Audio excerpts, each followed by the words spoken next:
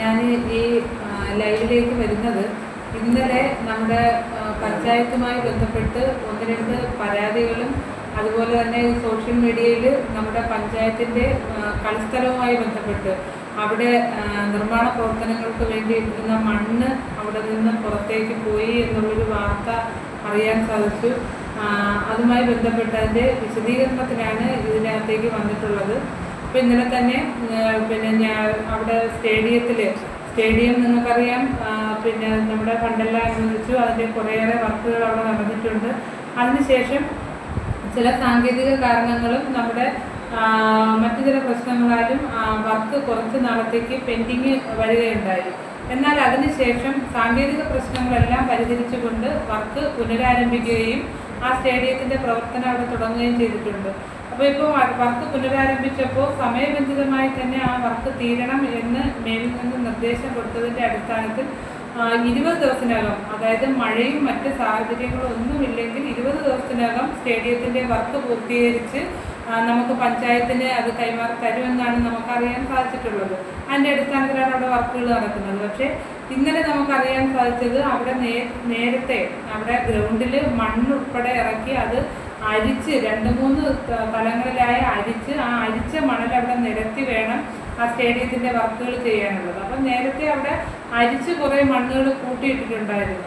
അപ്പോൾ ആ മണ്ണ് അവിടെ നിന്ന് ടിപ്പറിനകത്ത് കയറ്റി കൊണ്ടുപോയി എന്നുള്ളതായിരുന്നു ഇന്നലത്തെ പരാതിയും. അതോടൊപ്പം തന്നെ പോലീസ് സ്റ്റേഷനിൽ നിന്ന് പോലീസുകാരെത്തി അത് ആ വണ്ടി ഉൾപ്പെടെ പിടിക്കുന്ന നടപടികൾ ഉണ്ടാവുകയും ചെയ്തിട്ടുണ്ട്. അപ്പം ഇന്നലെ ബഹുമാനപ്പെട്ട BJPയുടെ 2 പ്രതിനിധികൾ ഈ ഇതിനകത്ത് സംസാരിച്ചത് ഗ്രാമപഞ്ചായത്ത് പല കാലങ്ങളിലായി ഇത്തരത്തിൽ ലക്ഷക്കണക്കിന് രൂപയുടെ വർക്കുകൾ വെക്കുകയും മണ്ണിടുകയും മണ്ണ് രാത്രി കാലങ്ങളിൽ അവിടെ നിന്ന് പുറത്തേക്ക് വിൽപ്പന നടത്തുകയും ചെയ്യുന്നു എന്നുള്ള രീതിയിലുള്ള ഒരു സംസാരം ഉണ്ടായിട്ടുണ്ട്.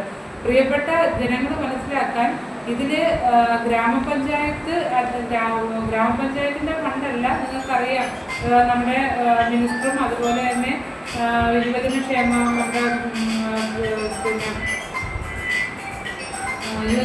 ബോർഡിൻ്റെയും കൂടി പൈസ കൊണ്ട് ചേർത്തുകൊണ്ടാണ് അവിടുത്തെ വർക്കുകൾ നടക്കുന്നത്. ഏകദേശം 1 കോടി രൂപയിലധികമുള്ള വർക്കുകൾ നടക്കുന്നത്. പക്ഷേ ഇന്നലെ ഈ ഉണ്ടായ വാർത്ത ഗ്രാമപഞ്ചായത്തിൻ്റെ ശ്രദ്ധയിൽപ്പെടുകയോ ഗ്രാമപഞ്ചായത്ത് അനുവാദം കൊടുത്തുകൊണ്ടോ അല്ല ഇന്നലെ ഈ വർക്ക് അവിടെ നടന്നിട്ടുള്ളത്. അത് തീർച്ചയായിട്ടും ജനങ്ങളോട് പറയേണ്ട ഒരു ബാധ്യത പഞ്ചായത്ത് പ്രസിഡന്റ് എന്നുള്ള നിലയ്ക്ക് എനിക്കുണ്ട്. അതുകൊണ്ടാണ് ഞാൻ ഈ വിവരം ജനങ്ങളിലേക്ക് എത്തിക്കുന്നത്. അവിടെ ഈ ഇത്തരം പ്രവർത്തനങ്ങൾ നടന്നു എന്ന് എൻ്റെ ശ്രദ്ധയിൽപ്പെട്ട സമയത്ത് തന്നെ ഞാൻ ബഹുമാനപ്പെട്ട ചടയമംഗലം SIയെ വിളിക്കുകയും ഈ വിവരങ്ങൾ അന്വേഷിക്കുകയും ചെയ്തു. അപ്പം അദ്ദേഹത്തോട് പറഞ്ഞ് ധരിപ്പിച്ചിരുന്നത് പഞ്ചായത്ത് ആണ് ഇത്തരത്തിലൊരു അനുവാദം കൊടുത്തിട്ടുള്ളത് എന്നാണ്. പക്ഷേ ഞാൻ അപ്പോൾ തന്നെ SIയെ വിളിച്ചറിയിച്ചു, പഞ്ചായത്ത് ഇതിന് യാതൊരു അനുവാദവും കൊടുത്തിട്ടില്ല.